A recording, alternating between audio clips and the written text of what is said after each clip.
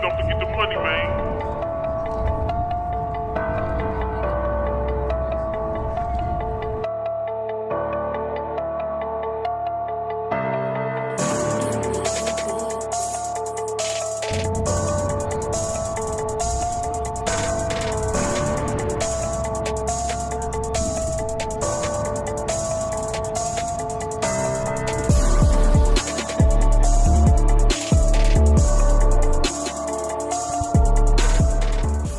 What's good? Matt Clark here at the new Matt Clark. How are each and every one of you doing on this amazing Wednesday? I'm doing great. My girl's doing great. My family's doing great.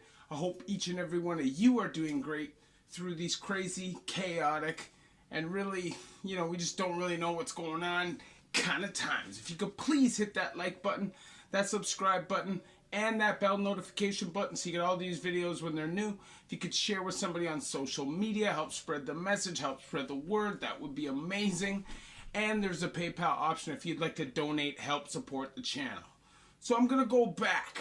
I know I've already talked about one of the dumb crimes I've done, the time that I broke into cars and the cops followed my footprints, but today I'm gonna talk about a different one. Now, if you've been watching my channel, you know that I came up in the Toronto youth system. That was when I first started doing time.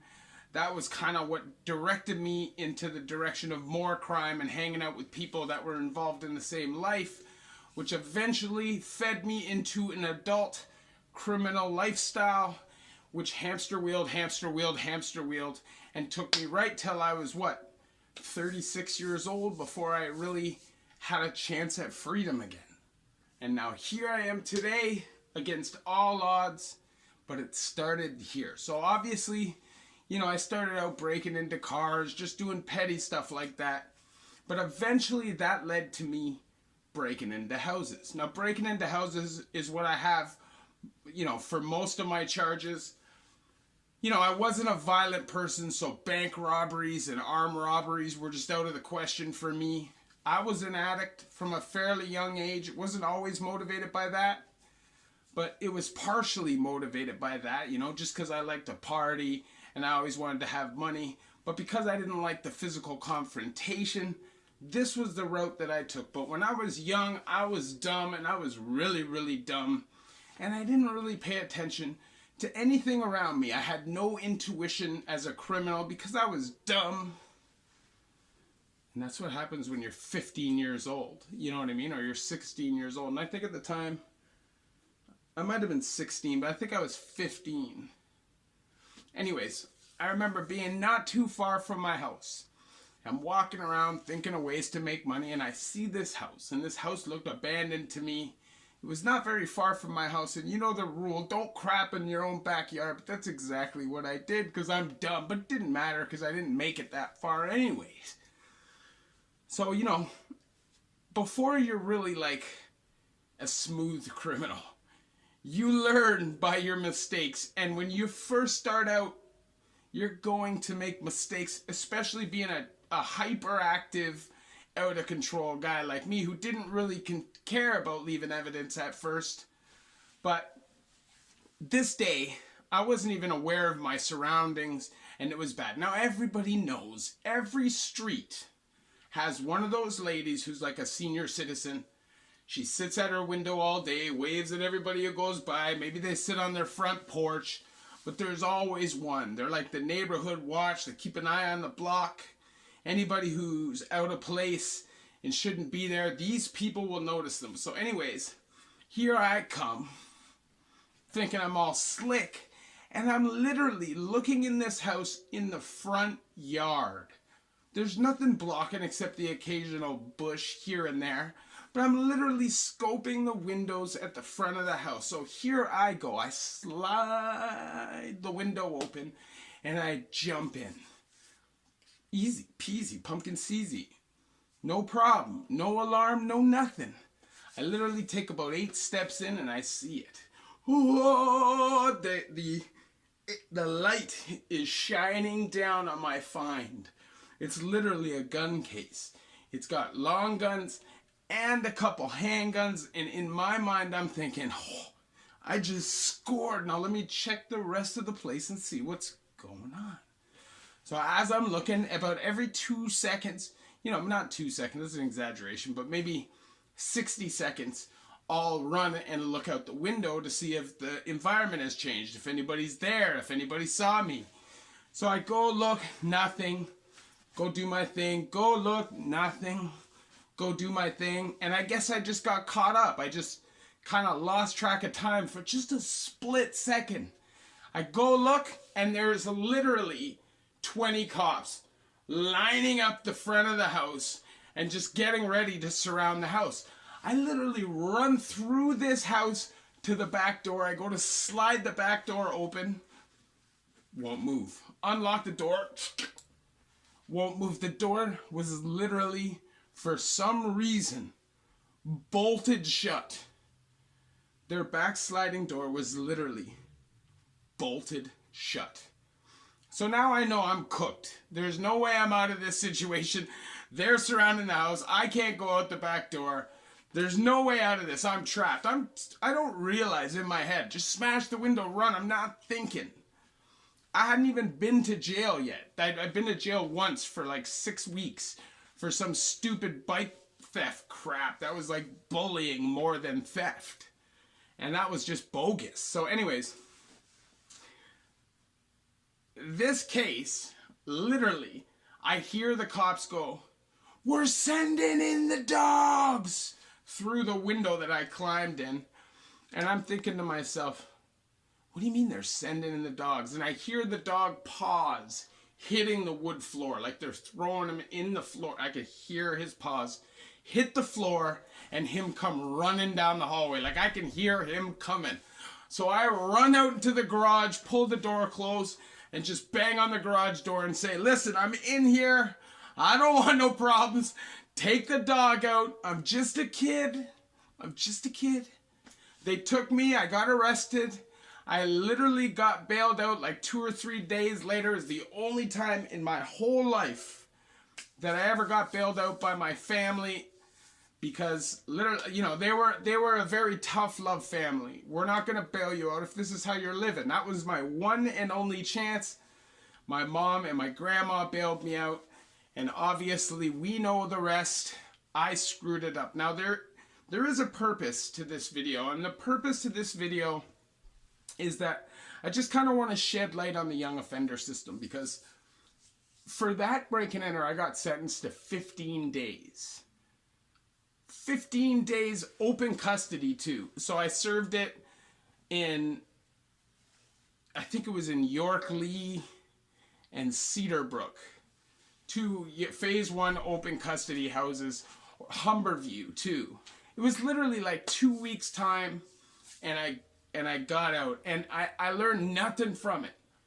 I literally went through this cycle, the young offender system cycle, where they literally offer you plea deal, 10 days, 5 days, 15 days, to destroy your record, to add charge after charge after charge to your record. They give you these slaps on the wrist, and then as soon as you become an adult, they hammer you. And they say your young offender record doesn't strike against your adult record. It's bogus. That's false. 100%. If they do not say in court that we're going to shut this record, or that this charge does not result in a criminal record pass, young offender, you will still have a record if you get charged. Now, maybe if you're just crossing the border or something like that, it won't affect you. But if you get charged as an adult, your young offender record will come into play. So keep that in mind. And also keep in mind, for any parents who are watching who could have kids that are struggling and going through the young offender system, or any young guys watching going through the young offender system, you're not going to get rehabilitation. I never got any chance at rehabilitation. They'd put you in school for sure. They force you to go to school. But other than that, it's just gladiator school, fighting all the time. Sure, there's sports and games and laughing and ping pong and stuff in between. But for the most part, fighting, beefing. You can't keep 15, 16, 17-year-olds locked up and expect them to act like anything but maniacs. Because when you're that age, you don't have the same empathy, you don't have the same compassion for people, the same consideration for people. You're just not that way. So when you put everybody into this one kind of melting pot, it goes boom. Especially if you have a bunch of really bad kids. And that's what I experienced. It turned me into a criminal. It created a more savage criminal coming up in the Toronto system, because you had no choice but to fight, even though I didn't want to, you know, but I did care enough about my name, and I cared enough about my reputation, and pretty much knew that I was going to end up back in jail, and knew that I couldn't take any punk off. So it forced me to defend things that I probably didn't even want to defend. There was definitely fear there when I was coming up in the young offender system, being a young guy from the suburbs who didn't really know anybody there. But I fended my way through it, and it created a certified criminal. Don't get caught up in that system. And parents, if you have kids going through that, get them out of it, man. Get them involved in activities. If you have to move them away from some friends, move them away. Whatever you have to do to break the cycle. You know, when you're 15, 16, 17 years old, you're very easily influenced, and you can very easily be misguided by guys that are just a little bit older. And that's what you see happening, whether it's in rural neighborhoods or in gang life. That's exactly the same thing happened. I remember coming up as a young guy, hanging out with older guys who would chase me. You know, they'd force you to fight and do all kinds of things that would kind of just create a little monster in you, and then you pass it down too, and it's a perpetual cycle. We have to break the cycle. You know, the system's not going to do it. And nothing's more important than our young people growing up the right way with the right opportunities, but if they make a mistake, and not just letting it destroy them. This is what we have to do. The system needs to change. Kids should be in more like a camp situation where they're going to school, they're learning trades, they're playing sports, they're being rewarded for good behavior. You know, that's just the way it's got to be. And if there are kids that are murderers, 16, 17, 18 years old, that are murderers and rapists, keep them separate. Separate them. Have a more secure facility and have a less secure facility for kids that are on minor charges, and uplift them and create opportunity for them instead of creating stigma and making the community resent them from a young age, you know, putting the spotlight on them. I remember being a young teenager and just having the spotlight on me. Everybody in the neighborhood hated me. Cops telling people in my neighborhood about me. You know, just a horrible... I remember getting pulled over in my old best friend's driveway. It was me, him, and two other dudes. We had weed. We had an open bottle, you know, stuff like that. Minor stuff, but we were just young guys. But we... in the driveway, okay? But the cop doesn't arrest us, doesn't do anything like that, but pulls his dad over to the car, pulls up my record, totally against the law, runs my whole record through, shows his dad my record, and just creates this drama for no reason, this stigma for no reason. Like, what kind of kid stands a chance if the whole community looks at them like thugs and criminals, killers, whatever they are, drug dealers? You have to focus on the positive.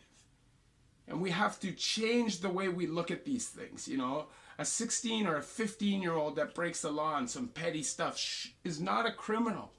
He's learning. Let's stop creating this one-shoe-fits-all scenario for people that break the law when they're kids. That is something that needs to change, and hopefully through my channel I can express that. You know, prison reform has to change across the whole board. We all know that. The system is kind of haywire in certain ways, and, you know, it has its perks in other ways, but, you know, it's broken. It's broken. We have to stop looking at people like they're monsters and having this perpetual hamster wheel cycle that basically makes it impossible for anybody to get out of. It's like you have to run through this maze with obstacles like Labyrinth. You know, they make it nearly impossible. Obviously, I share my experiences with you guys, so you guys don't have to go through these things yourselves. If I could snap my finger, nobody goes to jail again. No young offender breaks into the system or the cycle. Nobody's addicted to drugs. That's what I would do. But that's not reality, and that's just not going to happen. You see how the world is. You see how little opportunity there is for a lot of people. You see how much trauma, PTSD, and stress there is for a lot of people, so it's just not going to happen.